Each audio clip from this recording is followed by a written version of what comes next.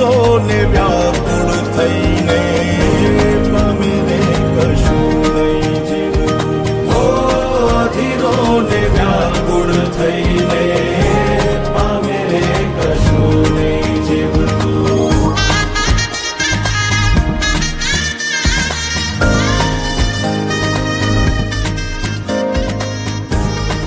આપણે બપોરથી ભેગા આયેલા હવારથી.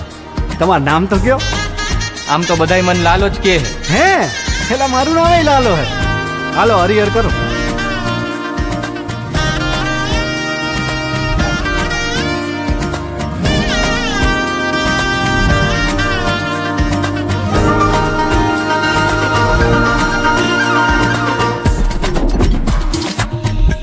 પારેવા ઉડે કે દિશે મનડા તારે ના જાવું નથી ત્યાં એ માળો તારો નથી સરનામું તારું હે બાકી તો બધું એ ખોટું.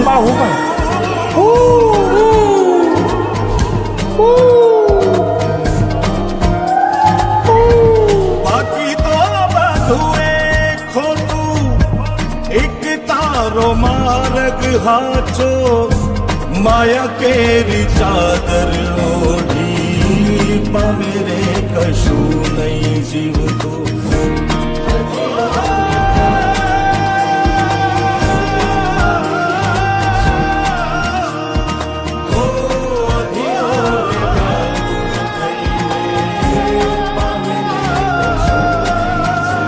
લાલા ઓલા પૈસાનું કરો 4-5 મહિના થયા ભાઈ. કરાવી દઉં યાર, તમે ઉપાધિ કરો માની બાપા.